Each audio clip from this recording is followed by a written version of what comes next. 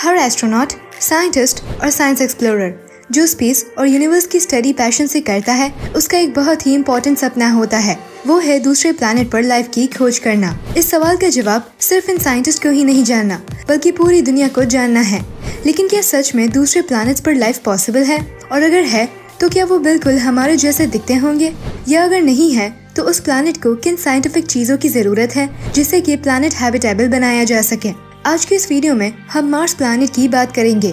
ये इकलौता ऐसा प्लैनेट है जहाँ लिविंग ऑर्गेनिजम्स के होने के चांसेस हो सकते हैं, या अगर वो नहीं भी हो तो इस प्लैनेट पर वो रिसोर्सेज है जिससे कि इसे हैबिटेबल प्लैनेट बनाया जा सकता है। और जानने के लिए बने रहिए मेरे साथ वीडियो के आखिर तक। मैं हूँ आपकी होस्ट और दोस्त नताशा और आप देख रहे हैं India's top facts. Number 1, what has been found on Mars. सबसे पहला रोवर जिसे मार्स पर भेजा गया था, उसका नाम था मार्स पाथफाइंडर। इन रोवर्स का एक बहुत इम्पोर्टेंट काम था मार्स को एक्सप्लोर करके उसके पास्ट और प्रेजेंट लाइफ के बारे में पता करना। साइंटिस्ट ये जानने की कोशिश कर रहे हैं कि क्या पहले मार्स पर लिविंग ऑर्गेनिजम्स रहा करते थे। 7 जून 2018 को नासा ने अनाउंस किया कि उनके क्यूरियोसिटी रोवर ने ऑर्गेनिक मॉलिक्यूल्स डिस्कवर किए जो कि सेडिमेंट्री रॉक्स में थे।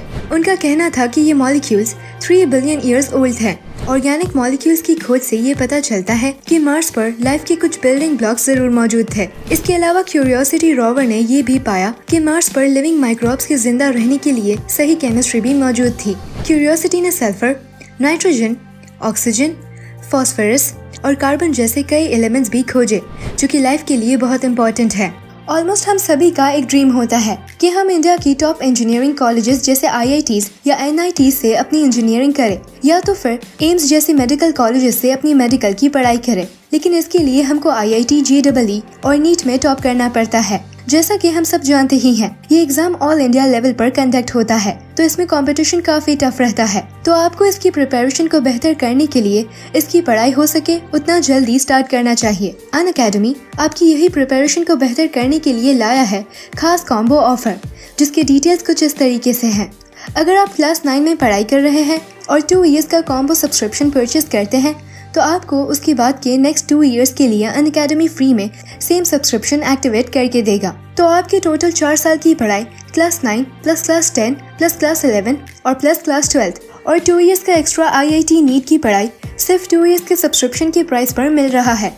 अगर आप क्लास 10 में पढ़ाई कर रहे हैं और 2 ईयर्स का कॉम्बो सब्सक्रिप्शन परचेज करते हैं, तो आपको उसके बाद के नेक्स्ट 2 ईयर्स के लिए अनअकैडमी फ्री में सेम सब्सक्रिप्शन एक्टिवेट करके देगा। तो आपके टोटल 4 साल की पढ़ाई क्लास 10, क्लास 11, क्लास 12 और ड्रॉप ईयर और 2 ईयर्स का एक्स्ट्रा IIT नीट की पढ़ाई सिर्फ 2 ईयर्स के सब्सक्रिप्शन की प्राइस पर मिल रहा है। प्लस सब्सक्रिप्शन में आपको लाइव क्लासेस अटेंड करने को मिलेगी।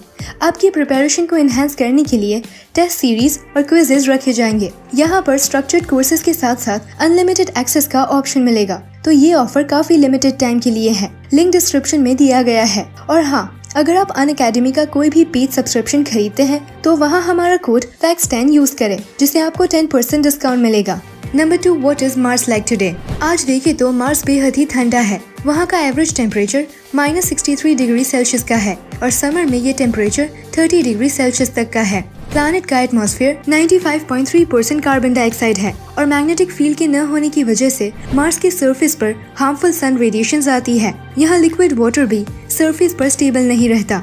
इस तरह की कंडीशंस में लाइफ का होना पॉसिबल नहीं है। Number 3, what was Mars like in the past. Mars हमेशा से ऐसा नहीं था। माना जाता है कि पहले मार्स पर मोल्टन कोर था, जिसकी वजह से मैग्नेटिक फील्ड पैदा होती थी। इससे सन का रेडिएशन कम हो जाता था और प्लैनेट का सरफेस भी वार्म रहता था। बहुत ही ठोस सबूत मिले हैं कि 3 या 4 बिलियन ईयर्स पहले मार्स के सरफेस पर वाटर भी था।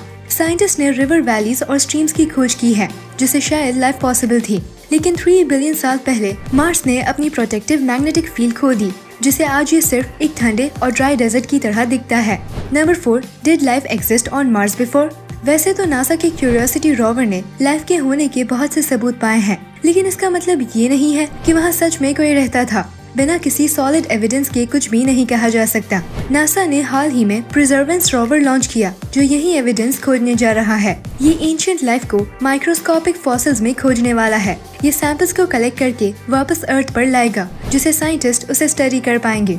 Number 5, can humans bring life to Mars. Mars पर स्पेसक्राफ्ट भेजते वक्त हमें केयरफुल रहना होगा कि कहीं गलती से मार्स पर अर्थ के माइक्रोब्स न भेज दें। वैसे तो मार्स पर जाने में बहुत वक्त लगता है, लेकिन कुछ माइक्रो ऑर्गेनिज्म इस जर्नी को सरवाइव कर सकते हैं। मार्स पर स्पेसक्राफ्ट के जाने से पहले उसे अच्छे से स्टेरिलाइज किया जाता है, ताकि जो ऑर्गेनिजम्स हम मार्स पर खोजे वो अर्थ से आए हुए न हो।